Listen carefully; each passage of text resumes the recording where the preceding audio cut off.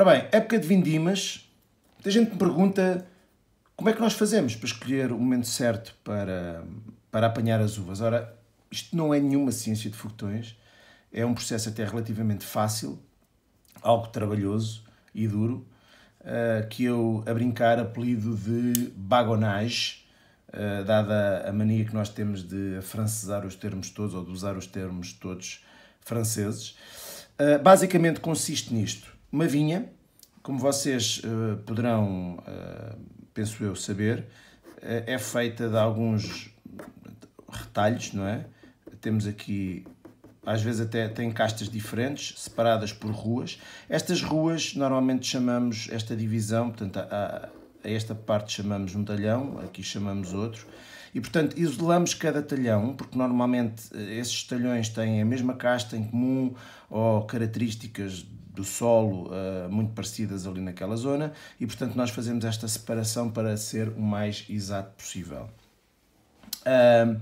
Basicamente, quando nós olhamos assim um talhão por cima, portanto, isto é uma tentativa de representar um talhão, o que fazemos é eliminamos os bardos, ou seja, as linhas das pontas, porque, como compreenderão, a forma como o Sol trabalha nelas é diferente das do meio, há uma heterogeneidade maior em tendência aqui nas da ponta, dependendo do tamanho do talhão podemos anular mais ou menos, e depois o que nós queremos fazer é passagens progressivas, o maior número possível de passagens, de forma a cobrir a maior área possível. Normalmente podemos ir por aqui, voltar para trás por um outro, voltar para cima por um outro, sempre a escolher caminhos diferentes, não é?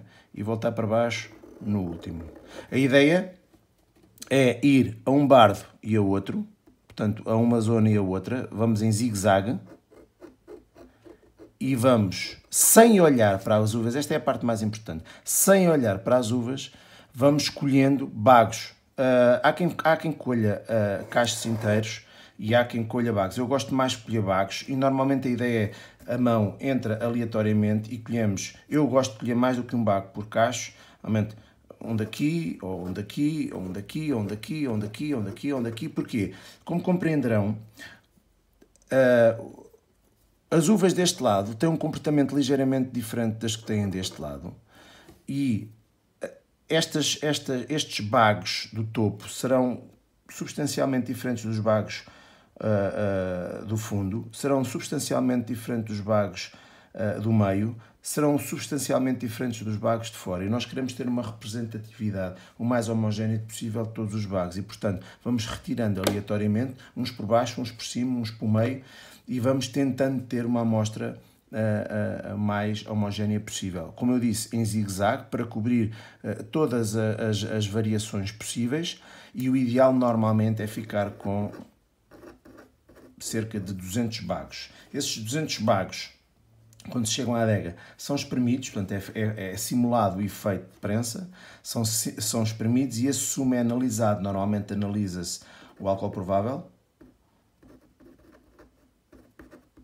pH, e a acidez total. Eu normalmente só analiso estes três, mas há quem analise também o tamanho do bago, se ele está mais, porque é importante, pode ser importante também, até por forma estatística, acompanhar este crescimento, o peso do bago, o peso médio do bago, a cor, no caso das tintas, há aqui acompanho também a cor, enfim, todos os parâmetros que nós precisamos para tomar a decisão certa.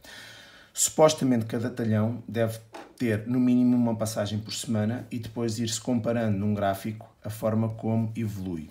De certa forma, vai-se construir um gráfico desta natureza, em que temos o tempo aqui e, portanto, e as unidades aqui, em que a concentração de açúcar vai subindo, o pH vai subindo também, vou usar aqui uma outra cor, o pH vai subindo também e a acidez total vai descendo.